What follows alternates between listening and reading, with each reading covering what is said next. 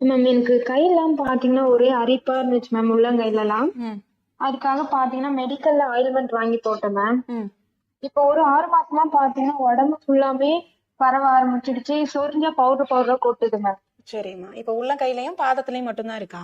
ஆமா மேம். இல்ல மேம், பாதத்துக்கு மேல கால் வரைக்கும் வருது மேம் பறந்துட்டு. சரிம்மா. இப்போ இதுக்கு மெடிசின்ஸ் ஏதாவது எடுத்துட்டு இருக்கீங்களா? இல்ல மேம், மெடிக்கல்ல தான் மேம் ஆயில்மெண்ட் வாங்கி போட்டுட்டு இருக்கேன் மேம். எவ்வளவு நாளா ஆயின்மெண்ட் வாங்கி போட்டுட்டு இருக்கீங்க? நான் ஒரு 6 மந்த்தாவே போட்டுட்டு இருக்கேன் மேம். சரிம்மா. நீங்க பேட்சஸ்க்கு ஆயின்மெண்ட் போடுறது உங்களுக்கு நிரந்தரமான தீர்வே கிடையாது. நீங்க ஆயின்மெண்ட் போட்டீங்கன்னா அப்போதைக்கு உங்களுக்கு அரிப்பு குறையிற மாதிரி இருக்கும். மறுபடியும் கொஞ்ச நேரத்துல அதே ட்ரைனஸ் வந்து வரதான் செய்யும். நம்மளுடைய மூலிகை மருந்துகள்ல உள் மருந்துகளா நீங்க எடுத்துக்கும் போதுதான், உள்ள இருக்கக்கூடிய கழிவுகளை வெளியேற்றிட்டு உள் மருந்துகள் எடுத்துக்கும் போதுதான் அது போய் உங்களுக்கு ஸ்கின்ல சேர ஆரம்பிக்கும். எந்த இடத்துல பாதிப்பு இருக்கோ அந்த இடத்துல போய் சேர ஆரம்பிக்கும்.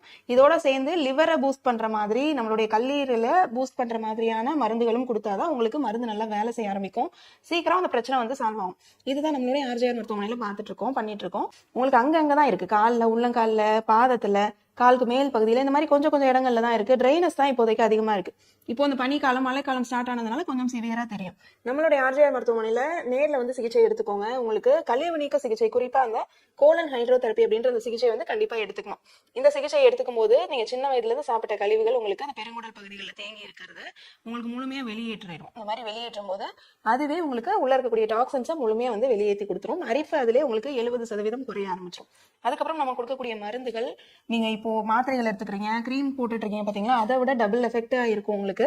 நீங்க மாத்திரை சாப்பிட்டா 2 நாள்ல உங்களுக்கு அரிப்பு எல்லாம் நிக்க ஆரம்பிச்சிடும். அரிப்பு நின்றுச்சுனால நீங்க சொரிய மாட்டீங்க.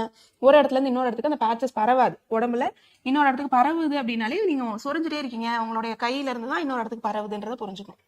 அப்ப பரவாம இருக்கு அப்படின்னாலே கொஞ்சம் கொஞ்சமா அந்த கலர் எல்லாம் மாற ஆரம்பிச்சிடும், ஸ்கின் ட்ரைனஸ் எல்லாம் மாற ஆரம்பிச்சிடும். ஒவ்வொரு நாளுமே நல்லா இம்ப்ரூவ்மெண்ட் தெரிய ஆரம்பிச்சிடும். தோல் மேல உரியிறது, பொடி பொடியா கொட்டுதுன்னு சொன்னீங்க பாத்தீங்களா, அதெல்லாம் ஒரே வாரத்துல நல்லா மாற ஆரம்பிச்சிடும். தொடர்ந்து ஒரு 3 மாதங்கள் மருந்துகள் எடுத்துக்கோங்க. கண்டிப்பா உங்களுக்கு நார்மல் ஸ்கின் கலருக்கு மாறிடும். அதுக்கப்புறம் வாழ்நாள் ஃபுல்லா உங்களுக்கு சோரியாசிஸ் பிரச்சனையே வராது. தமிழ்நாடு, ஆந்திரா, தெலுங்கானா, கர்நாடகா, புதுச்சேரி, மகாராஷ்டிரா என 6 மாநிலங்களில் 102க்கும் அதிகமான கிளைகள். தமிழ்நாட்டில் மொத்தம் 38 கிளைகள். ஆர்ஜிஆர் ஹெர்பல் ஹாஸ்பிட்டல், 5 தலைமுறைகளின் நம்பிக்கை, அடுத்த தலைமுறைக்கும் நம்பிக்கை.